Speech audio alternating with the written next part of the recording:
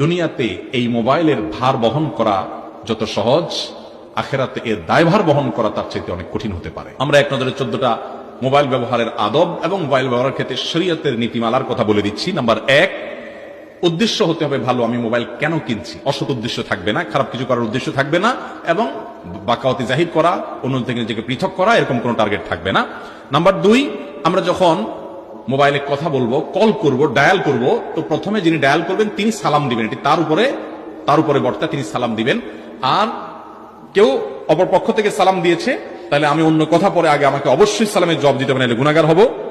Hello টেলো এগুলা বললেও পরে বলেন, আগে সালাম দিবেন। নাম্বার 3, মোবাইল ব্যবহার করার ক্ষেত্রে আমরা যখন কথাবার্তা বলবো, অপ্রয়োজনীয় কথা বলবো না, এবং অহেতুক দরকারি কথা বলতে গিয়ে অনেক বেশি সময় নষ্ট করবো না। বিশেষ করে যখন কোনো কথা কাটাকাটি, গন্ডগোল ফাসাদ হতে যাবে, সাথে সাথে অন্যদিকে আমরা ফিরে যাব।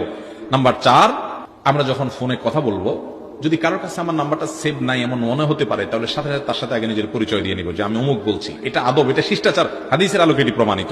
নাম্বার 5, কথা বলার আগে, কল করার আগে ওই লোকটার এখন কোনো ডিস্টার্ব হতে পারে কিনা, তার কোনো কষ্ট হবে কিনা, তার কোনো অসুবিধা হবে কিনা, সেটা খেয়াল করে কল দেওয়া, বারবার অতিরিক্ত কল না দেওয়া, SMS ইত্যাদি দিয়ে যোগাযোগ সারার চেষ্টা করা। নাম্বার 6, নামাজের সময় বিশেষ করে এবং গুরুত্বপূর্ণ কাজের আগে মোবাইল হয় বন্ধ করা, নয় সাইলেন্ট করা, যাতে অন্যদের ডিস্টার্ব না হয়। কেউ যদি সাইলেন্ট করতে ভুলে যায় এবং বেজে উঠে, তাহলে নামাজের মধ্যে তিনি আলতো করে বন্ধ করবেন, বা সাইলেন্টটার যে কোনো একটা বাটন টিপে থামাই দিবেন আওয়াজটাকে, এবং নামাজের পরে সবাই তাকে গণহারে ভর্ৎসনা না করে কেউ একজন তাকে সুন্দর করে বুঝাই দিবেন। নাম্বার 7, মোবাইল ব্যবহারের 7 নম্বরের আদব এবং শিষ্টাচার হলো, মোবাইল ব্যবহার করার সময় খেয়াল রাখতে হবে যে আমার মোবাইলে কোনো গান, কোনো মিউজিক যেন রিংটোন হিসাবে সেট করা না থাকে। কোরআন তেলাওয়াত রাখবো না, অন্য কোনো ভালো না নরমাল কোনো সাউন্ড আমরা রাখবো।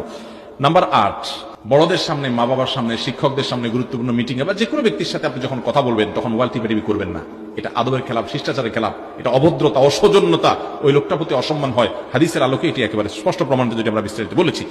নাম্বার 9, আপনি যখন কথা বলবেন কারোর সাথে, অন্য লোকরা থাকলে সেখানে হঠাৎ করে লাউড স্পিকার দিয়ে দিবেন না। এটি যে ব্যক্তি কথা বলছেন তার প্রাইভেসি নষ্ট হয়, তার আমানতের খেয়ানত হয়, গুনাহ হয়।